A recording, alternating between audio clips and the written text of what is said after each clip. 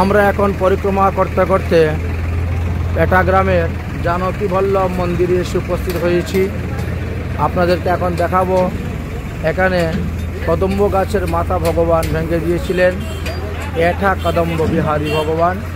যান সামনে যান, ভিতরে যান, আপনাদেরকে দর্শন করাবো জানকী বল্লভ মন্দির। পাশেই হলো নারায়ণ সরোবর। নারায়ণ সরোবরের পাশেই এখানে অনেক গিরিরাজ গোবর্ধন শিলা অবস্থান করতেছেন। এইগুলোর মধ্যে বিভিন্ন রকম চিহ্ন আছে গিরিরাজ গোবর্ধন শিলার, আপনারা দর্শন করতে পাচ্ছেন। আমাদের ভক্তগণ সবাই আসতেছেন দর্শন করার জন্য। এই স্থানে একটি কদম্ব বৃক্ষ আছে, যে কদম্ব গাছের মাথা ভগবান মুরাদি ভেঙে দিয়েছিলেন ভগবান শ্রীকৃষ্ণচন্দ্র। এই বলে এঠা কদম, পেটা গ্রাম, এঠা কদম্ব পেটা গ্রামে আমরা উপস্থিত হয়েছি এবং জানকী বল্লভ মন্দির আমরা দর্শন করাচ্ছি। ভগবান শ্রীকৃষ্ণচন্দ্র বাল্যলীলার সময় গোচারণ করতে করতে এই স্থানে এসে উপস্থিত হয়েছিলেন এবং ভগবান শ্রীকৃষ্ণচন্দ্র বলছিলেন যে দেখিস সখাগণ, একদিন আমি কংসকে বধ করব। ভিতরে যাও, ভিতরে যাও, গিয়ে দর্শন করো।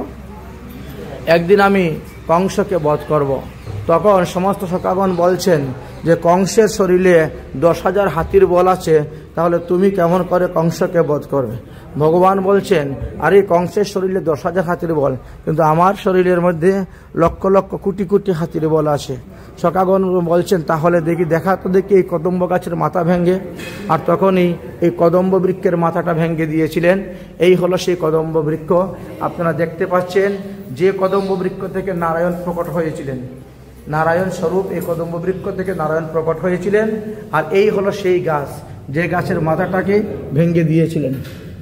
তালাবন্ধন খোলা আছে, স্পর্শ করো, দণ্ডবোধ করো, প্রণাম করো। 5,500 বৎসরের পুরানো হলো এই বৃক্ষ। এই হলো এটা কদম, যে গাছের মাথাটা ভগবান শ্রীকৃষ্ণ এক হাত দিয়ে মুচড় মেরে ভেঙে দিয়েছিলেন। আমরা যেভাবে কাপড় নিংড়াই, এইভাবে দেখেছেন মুচড় মারলে কিরকম হয় গাছ, কাপড় যেরকম ভাবে হয় সেই রকম ভাবে হয়েছে। এই হলো সেই এটা কদম পেটা বন। আপনাদেরকে দর্শন করাচ্ছি, সব ভক্তগণ দর্শন করুন, দণ্ডবোধ করুন। নেওয়ার জন্য ওদিকে যান, ভেটি দেন, ভেটি দেন, দক্ষিণা চড়াও মন্দিরে ঠাকুরজিকে, ঠাকুরজিকে ভেটি চড়াও, দক্ষিণা দাও। এই হলো সেই লীলাস্থান, যে লীলাস্থান এখন পর্যন্ত বিদ্যমান আছেন। এই কদম্ব বৃক্ষর দেখেন ভগবান শ্রীকৃষ্ণচন্দ্র নিজের চতুর্ভুজ নারায়ণ রূপ ধারণ করেছিলেন সখীদেরকে বঞ্চনা করার জন্য।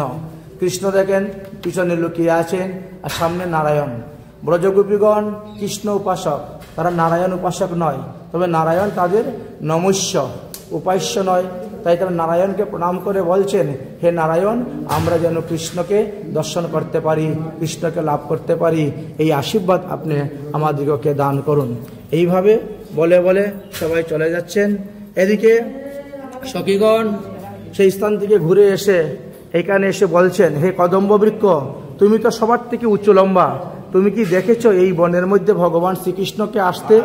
তখন এই বৃক্ষ তখন বলছেন, হ্যাঁ হ্যাঁ হ্যাঁ, আমি আমি আমি দেখেছি, এবং যিনি নারায়ণ রূপে আছেন তিনি নারায়ণ নয়, তিনি কৃষ্ণরূপী অবস্থান করতেছেন, তিনি শ্রীকৃষ্ণই নারায়ণ রূপে এসেছেন দর্শন করার জন্য। অতএব তখন গোপীরা দৌড়ে গিয়েছেন, ভগবান শ্রীকৃষ্ণ আসছেন এবং তিনি এই গাছের মাথাটা ভেঙে দিয়েছিলেন। সেই থেকে আজ পর্যন্ত এই মাথা ভাঙ্গা অবস্থায় এই বৃক্ষটা অবস্থান করতেছে। আপনারা দেখতে পাচ্ছেন 5,500 বৎসরের পুরানো এই কদম্ব বৃক্ষ অবস্থান করিতেছেন। সাক্ষী রূপে ভগবান শ্রীকৃষ্ণের লীলার সাক্ষী রূপে তিনি অবস্থান করতেছেন। আমরা সেই এটা কদম্ব পেটা গ্রামে এসে দর্শন করলাম। এবার আপনারা সবাই যান, গাড়িতে গিয়ে বসুন।